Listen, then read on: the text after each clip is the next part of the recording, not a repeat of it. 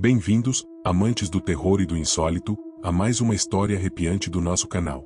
Se você gosta de enredos sombrios, cheios de mistérios que desafiam a lógica e gelam o sangue, então chegou ao lugar certo. Hoje, trazemos uma narrativa baseada em eventos que vão fazer você questionar o que é real e o que é apenas fruto da imaginação, ou será? Não esqueça de deixar seu like para apoiar o canal e se inscrever para não perder nenhuma história. Agora, prepare-se, ajuste o volume e ouça atentamente cada detalhe dessa jornada aterrorizante. Você está pronto para encarar o desconhecido? Você não entende, Tiago. Eu quero vê-lo sofrer. Minha voz tremia enquanto eu apertava os punhos, tentando conter as lágrimas e a raiva fervente que me corroía por dentro. Ele apenas sorriu, um sorriso calmo, mas que carregava algo sinistro no fundo daqueles olhos escuros. Ah, Daniela, ele disse, com uma tranquilidade irritante, você já começou a matá-los antes mesmo de o feitiço ser lançado. Foi nesse momento que percebi, eu havia cruzado uma linha invisível, e não havia volta. Mas deixe-me começar pelo começo. Porque, para entender como cheguei aqui, é preciso voltar ao dia em que minha vida desmoronou. O dia em que descobri que meu marido, Silas, estava dormindo com minha mãe, Janete. Sim, você ouviu direito. Minha mãe. A mesma mulher que passou anos me dizendo que eu nunca seria boa o suficiente. Que eu precisava cuidar melhor do cabelo, perder uns quilos, sorrir mais. A mesma mulher cuja beleza era tão ofuscante que todos os homens pareciam cair aos seus pés. Ela finalmente conseguiu o que sempre quis, tirar tudo de mim. E agora? Agora, eu vou fazer com que eles paguem. Eu nunca fui uma pessoa notável. Meu nome é Daniele, tenho 35 anos, e sou fotógrafa de casamentos. Sou o tipo de mulher que as pessoas esquecem assim que saio da sala. Cabelos castanhos lisos, olhos marrons sem brilho, corpo normal. Nada de extraordinário. Cresci na sombra da perfeição de Janete, minha mãe. Ela é alta, curvilínea, com pele impecável e um sorriso que ilumina qualquer lugar. Homens sempre se apaixonaram por ela. Mulheres sempre invejaram sua aparência. E eu? Bem, eu era apenas a filha. Minha cidade é pequena, dessas onde todo mundo sabe o nome dos vizinhos e as histórias correm rápido.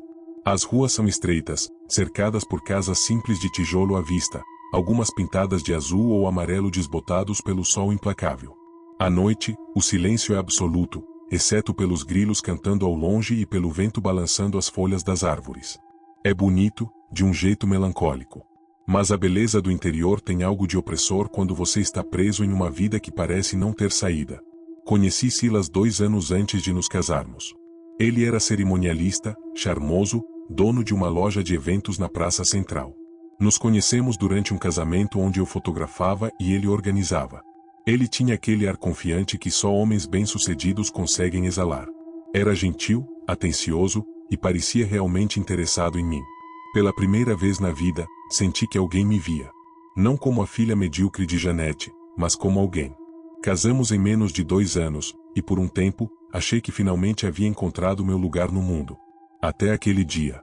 A mensagem chegou no meio da tarde. Eu estava em casa, revisando fotos de um casamento recente, quando o celular vibrou sobre a mesa. Era uma mensagem no WhatsApp de Silas. Ou melhor, para Silas.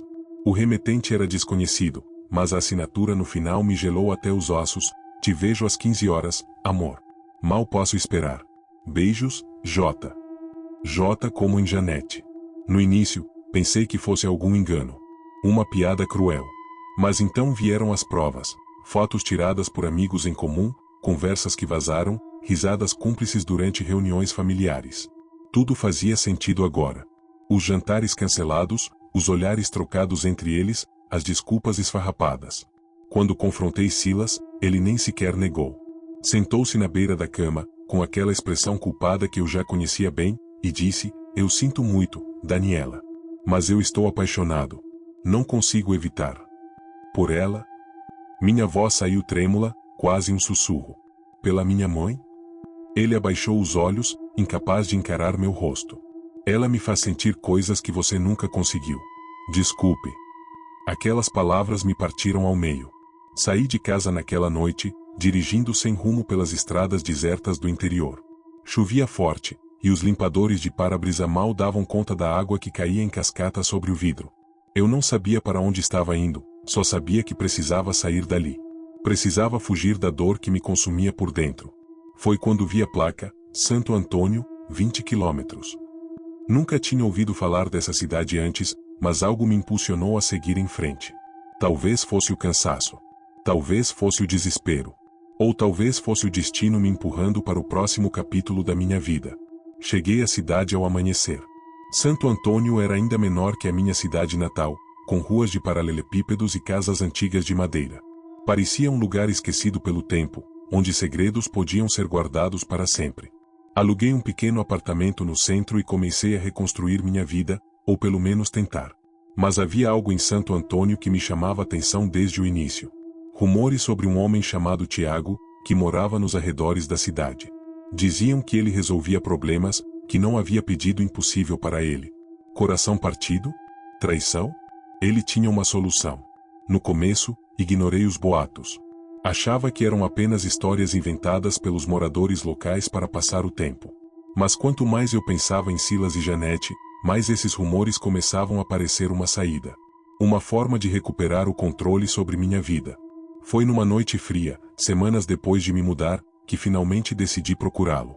Peguei meu carro e segui as instruções vagas que ouvi no mercado local: vá até a velha igreja abandonada e siga a trilha à direita. Você vai saber quando encontrar. E foi exatamente o que fiz. Encontrei Tiago em uma casa antiga, cercada por árvores altas e sombrias. Ele era alto, musculoso, com a cabeça raspada e uma barba bem aparada. No peito, uma tatuagem de uma sucubo parecia piscar sob a luz fraca da sala.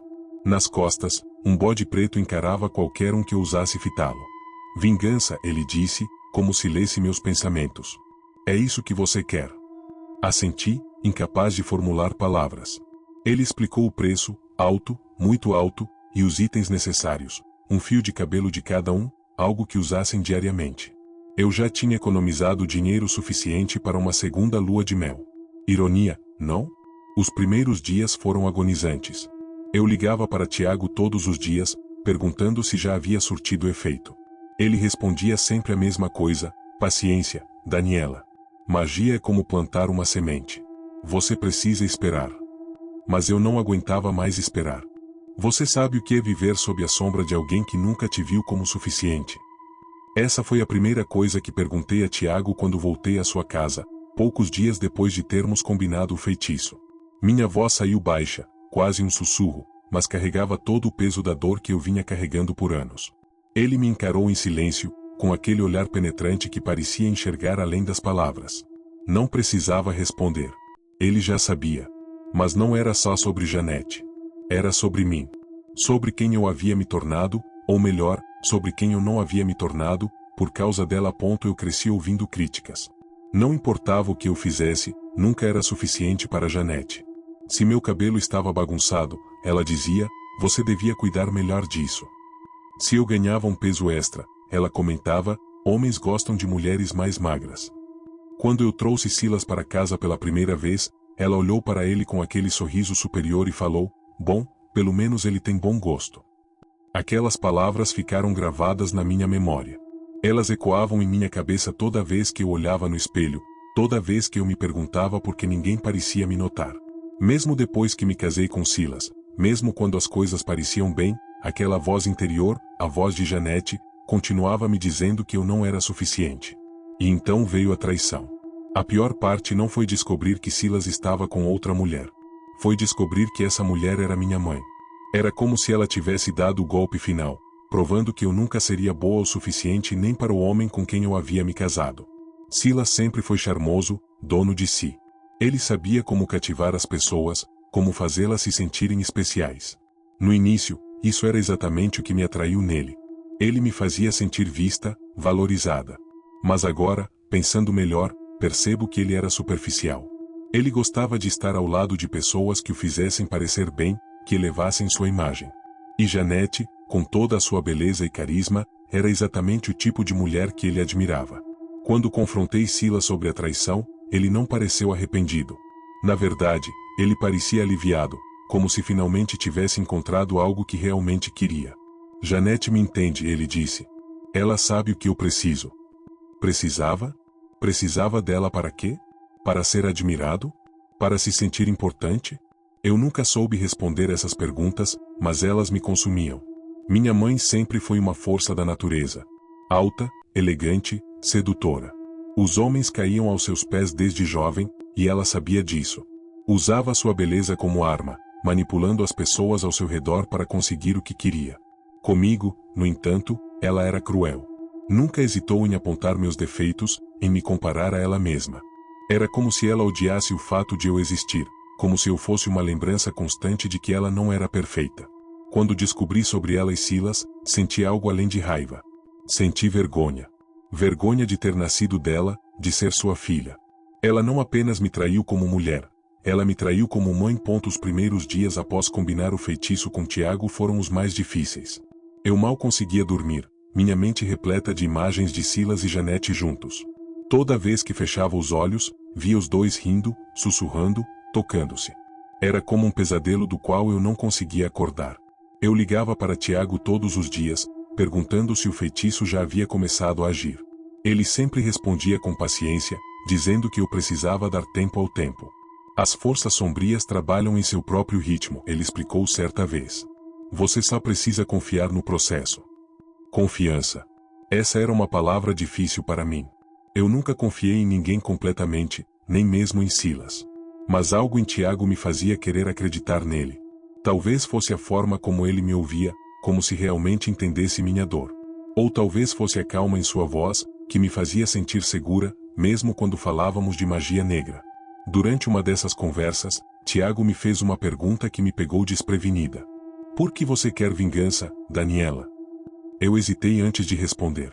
Porque eles merecem, murmurei, mas minhas palavras soaram fracas até para mim mesma. Tiago inclinou a cabeça levemente, como se estivesse ponderando minha resposta. Merecem? Ou você precisa disso para se sentir completa? Aquela pergunta me atingiu como um soco no estômago. Eu não sabia o que responder. Nos dias seguintes, comecei a refletir sobre o que Tiago havia dito. Será que eu realmente queria vingança porque eles mereciam? Ou será que era uma maneira de preencher o vazio dentro de mim? Eu me pegava pensando nas palavras de Janete, nas comparações constantes, nos momentos em que ela me fez sentir pequena. E então pensava em Silas, no jeito como ele olhava para ela, como se ela fosse tudo o que ele sempre quis. Uma noite, enquanto revirava velhas fotos em busca de algo que pudesse usar no feitiço, um fio de cabelo, qualquer coisa, encontrei um álbum antigo. Havia fotos minhas quando criança, sempre ao lado de Janete. Em todas elas, eu parecia deslocada, como se não pertencesse àquele mundo perfeito que ela criava ao seu redor. Em uma das fotos, ela estava sorrindo radiante, enquanto eu, ao fundo, parecia quase invisível. Aquela imagem me deixou furiosa. Rasguei a foto em pedaços e joguei no lixo, mas isso não aplacou a raiva que crescia dentro de mim. No dia seguinte, voltei à casa de Tiago. Ele estava sentado na mesma cadeira de sempre, lendo um livro antigo cujas páginas amareladas pareciam prestes a se desfazer. Quando entrei, ele levantou os olhos e me encarou em silêncio. Eu quero que eles paguem, eu disse, minha voz firme dessa vez. Não importa o que você diga, eu sei que é isso que eu preciso fazer. Tiago suspirou, fechando o livro lentamente. Então você está pronta para enfrentar as consequências? Que consequências? Ele sorriu, mas não havia humor em seu rosto. O ódio que você carrega, ele vai mudar você. Pode ser libertador, mas também pode ser destrutivo. Você precisa estar preparada para isso. Eu engoli em seco, mas não recuei. Estou pronta. Eu nunca entendi minha mãe. Ela sempre foi uma figura distante, inatingível. Quando criança, eu costumava observá-la se arrumar para sair, admirando sua elegância, seu jeito confiante. Eu queria ser como ela. Queria que ela olhasse para mim com orgulho, que dissesse que eu era bonita, que eu era especial. Mas, em vez disso, ela sempre encontrava defeitos. Você devia usar roupas mais ajustadas, ela dizia, franzindo o nariz ao me ver vestida para a escola. Essa blusa te faz parecer gorda. Você precisa cuidar melhor do cabelo, ela comentava, passando os dedos pelos meus fios enquanto eu assistia à TV. Homens gostam de mulheres com cabelos brilhantes. Cada crítica era como uma pequena facada, cortando lentamente minha autoestima. E, com o tempo, comecei a acreditar que ela estava certa. Que eu não era boa o suficiente. Que eu nunca seria como ela. Quando conheci Silas, achei que finalmente havia encontrado alguém que me via além das comparações. Ele me elogiava, me fazia sentir desejada.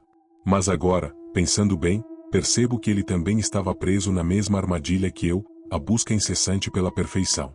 E Janete, claro, era o epítome dessa perfeição. A traição de Silas foi mais do que uma ferida aberta. Foi uma confirmação de tudo que eu sempre temi, que eu nunca seria suficiente. Que, no fundo, eu era invisível. O que mais me machucava, no entanto, era saber que ele havia escolhido minha mãe. Não uma mulher qualquer, mas a pessoa que me moldou para ser quem eu sou hoje. A pessoa que me ensinou que eu nunca seria boa o suficiente. Eu me perguntava constantemente, será que ele a via como eu a via? Como uma força da natureza, uma mulher impecável? Ou será que ele via o mesmo que eu via, a crueldade, a manipulação, a frieza? Não importava. O que importava era que ele havia escolhido ficar ao lado dela, e isso significava que ele também achava que eu não era suficiente. Os dias seguintes foram uma montanha-russa emocional. Tiago continuava tranquilo, repetindo que o feitiço levaria tempo para surtir efeito. Mas eu não conseguia mais esperar. Cada minuto parecia uma eternidade, e cada pensamento me levava de volta àquela risada no corredor. Comecei a notar coisas estranhas ao meu redor. Pequenos detalhes que antes passavam despercebidos agora pareciam gritantes. O vento balançava as cortinas de forma irregular, mesmo com as janelas fechadas. O rádio ligava sozinho no meio da noite, tocando músicas antigas que eu não ouvia há anos. E, às vezes, quando eu acordava de madrugada, sentia uma presença no quarto, algo que não conseguia ver, mas que eu sabia que estava lá. Tiago me avisou sobre isso. As forças sombrias são como fumaça, ele disse. Elas se infiltram nos espaços vazios. Você precisa estar preparada para enfrentá-las. Preparada como? Eu perguntei, minha voz tremendo. Você já está fazendo isso, ele respondeu, com aquele sorriso enigmático. Está confrontando seus próprios demônios. Aquelas palavras me assombraram por dias.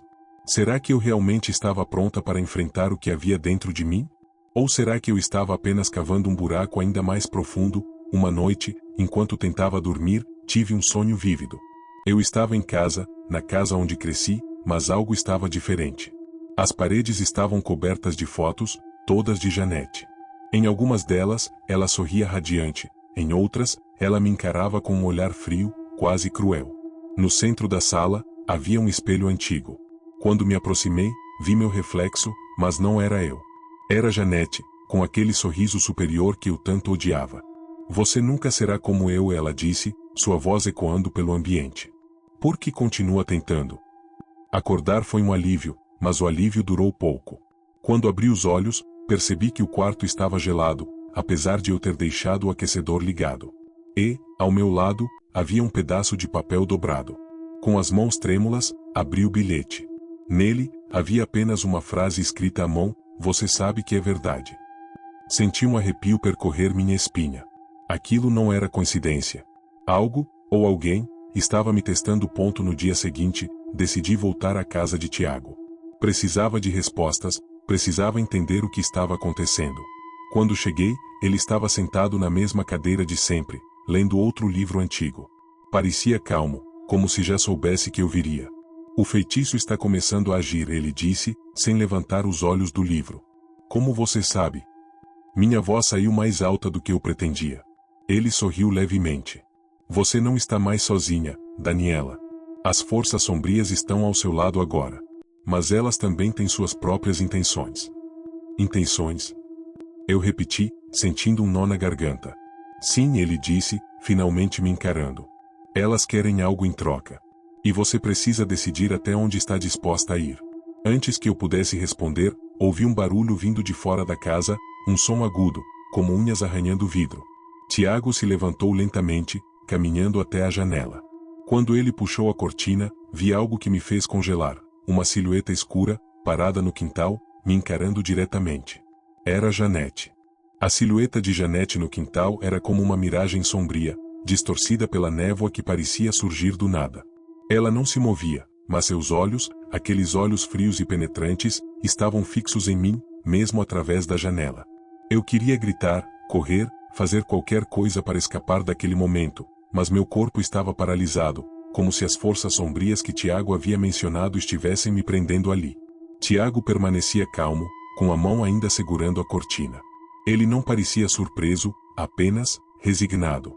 Ela sabe, ele murmurou, quase para si mesmo. Sabe o quê? Minha voz saiu trêmula, quase um sussurro. Que você está tentando destruí-la.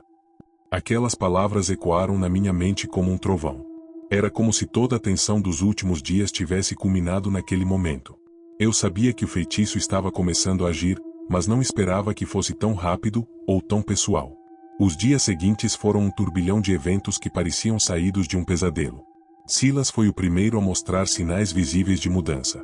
Ele começou a perder peso drasticamente, sua pele ficando pálida e enrugada, como se o tempo estivesse acelerado dentro dele. Seu cabelo caiu aos punhados, e logo ele mal conseguia andar. Médicos disseram que era uma doença desconhecida, incurável. Ele foi internado em estado grave, e as notícias que chegavam eram cada vez mais desesperadoras. Janete, por outro lado, começou a definhar de outra maneira. Sua beleza impecável começou a se desfazer lentamente. Suas mãos, antes delicadas e bem cuidadas, ficaram trêmulas e cheias de manchas. Seus olhos, outrora brilhantes e confiantes, agora pareciam vidrados, perdidos em algum lugar distante. Mas o pior de tudo foi quando ela começou a perder a lucidez. Ela falava sozinha, ria sem motivo, chorava em momentos inesperados. Em pouco tempo, ela se tornou uma sombra do que já foi, uma mulher assustada, dependente de cuidados constantes. Eu acompanhei tudo de longe, dividida entre satisfação e culpa. Parte de mim sentia que aquilo era justo, que eles mereciam pagar pelo que fizeram. Mas outra parte, uma parte que eu tentava ignorar, me perguntava se eu havia ido longe demais. Foi durante uma visita à casa de Tiago que ele finalmente explicou o que estava acontecendo. Estávamos sentados na sala escura, iluminados apenas pela luz fraca de uma vela sobre a mesa. O ar estava pesado, carregado de uma energia que eu não conseguia identificar. O feitiço foi eficaz porque você carrega um ódio profundo, ele disse, sua voz baixa e firme. Mas esse ódio não é só por causa de Silas e Janete. É algo que vem de anos, talvez décadas. É o peso das críticas, das comparações, das rejeições. Você guardou tudo isso dentro de si, e agora as forças sombrias estão usando isso para agir. Eu o encarei, sentindo um nó na garganta. Então, isso é culpa minha? Não é culpa, ele respondeu, balançando a cabeça levemente. É uma escolha. Você escolheu dar vazão ao seu ódio, e isso tem consequências. Mas também pode ser uma oportunidade. Uma oportunidade para quê? Para se libertar, ele disse, simplesmente. Aquelas palavras ficaram martelando na minha cabeça por dias. Libertar-me? Como eu poderia me libertar enquanto ainda estava presa ao passado, às memórias de Janete e Silas, ao feitiço que eu mesma havia iniciado? Comecei a refletir sobre tudo o que havia acontecido. Sobre como minha vida sempre girou em torno de provar algo, para Janete, para Silas, para o mundo. E, no fim, percebi que nunca seria suficiente. Não porque eu fosse incapaz, mas porque estava tentando preencher um vazio que nunca seria preenchido por aprovação externa. Mas então veio a reviravolta. Uma manhã, recebi uma ligação de um número desconhecido. Era um hospital da cidade onde Janete vivia. Eles disseram que ela havia tido um colapso nervoso e que, em seus momentos finais de lucidez, ela havia dito meu nome repetidamente.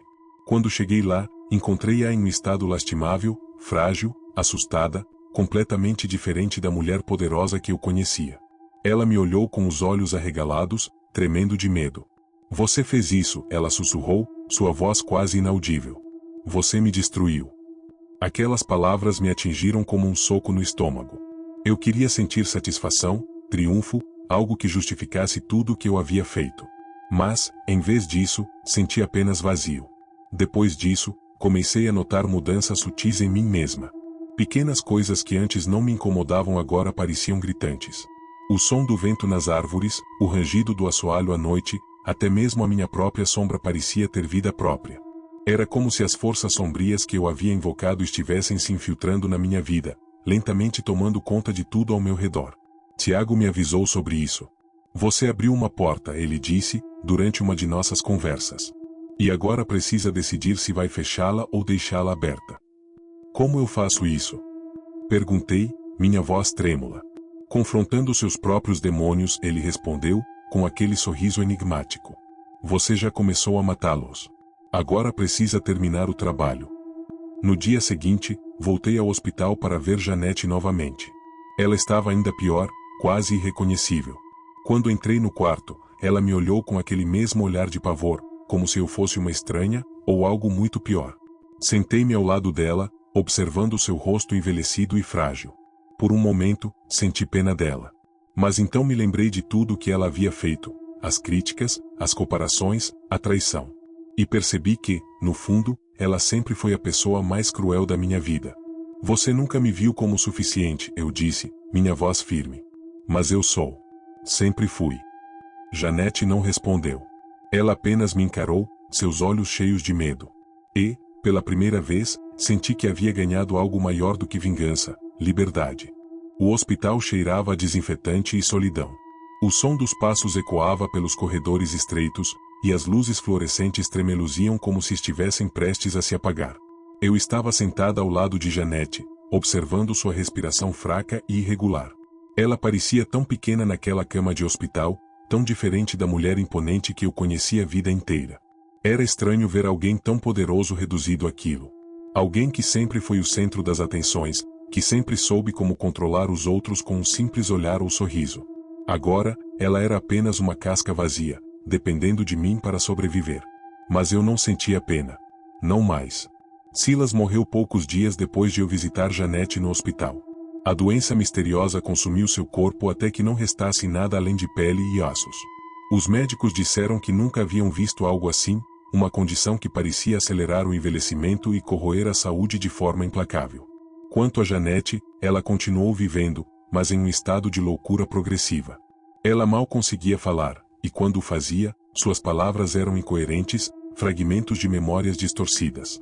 Às vezes, ela me chamava pelo nome, mas outras vezes parecia não me reconhecer, gritando como se eu fosse um monstro vindo para assombrá-la.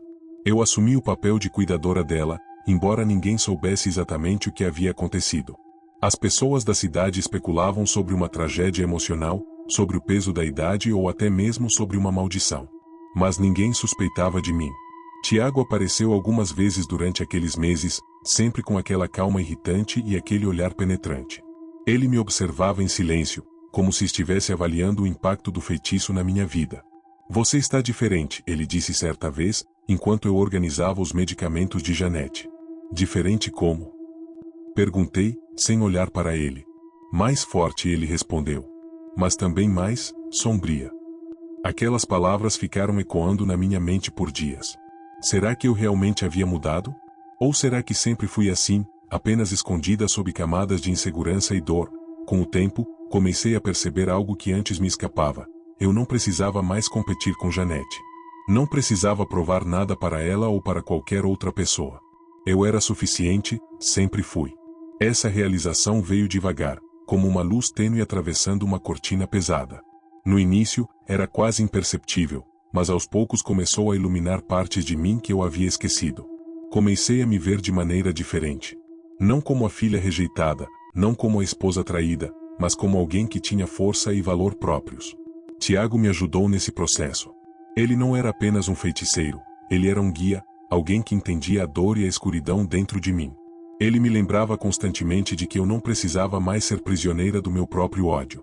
Você já é livre, ele disse certa vez, enquanto caminhávamos pelo quintal de sua casa. Agora só precisa acreditar nisso. Meses se passaram, e Janete continuava dependendo de mim para tudo. Ela não falava mais, apenas murmurava sons ininteligíveis e tremia de medo sempre que eu entrava no quarto.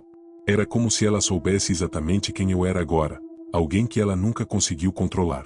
Uma noite, enquanto eu a observava dormir, senti algo estranho no ar. Era como se as forças sombrias que eu havia invocado estivessem finalmente se dissipando, deixando para trás apenas o silêncio. Mas, ao mesmo tempo, eu sabia que elas ainda estavam lá, esperando por algo. Sentei-me ao lado de Janete, segurando sua mão fria e frágil. Você sempre achou que eu era invisível, murmurei, minha voz baixa e firme. Mas agora sou eu quem decide o que fazer com você. Janete abriu os olhos lentamente, me encarando com aquele mesmo olhar de pavor. E, pela primeira vez, sorri de volta. Eu não sou mais aquela menina, mãe, sussurrei, inclinando-me para mais perto. Eu sou muito mais. No dia seguinte, Janete teve outro colapso nervoso. Os médicos disseram que ela provavelmente não sobreviveria por muito mais tempo. Mas eu sabia a verdade. Eu sabia que ela já estava morta, pelo menos a versão dela que eu conheci. As semanas seguintes foram estranhamente tranquilas. Tiago desapareceu sem dizer adeus, como se tivesse cumprido seu propósito. Eu continuei cuidando de Janete, mas agora havia algo diferente em mim. Uma sensação de controle, de poder. Às vezes, eu me perguntava se havia ido longe demais. Se o preço que paguei pelo feitiço era maior do que eu podia suportar. Mas, no fundo, sabia que não havia outra maneira. Eu precisava confrontar meus demônios para finalmente encontrá-los e destruí-los. No final, percebi que a vingança não era sobre eles. Era sobre mim. Sobre encontrar a força dentro de mim mesma para seguir em frente. E, enquanto observava Janete definhar lentamente, percebi que eu não era mais a garotinha insegura que cresceu sob sua sombra. Eu era algo muito maior. Algo muito mais sombrio.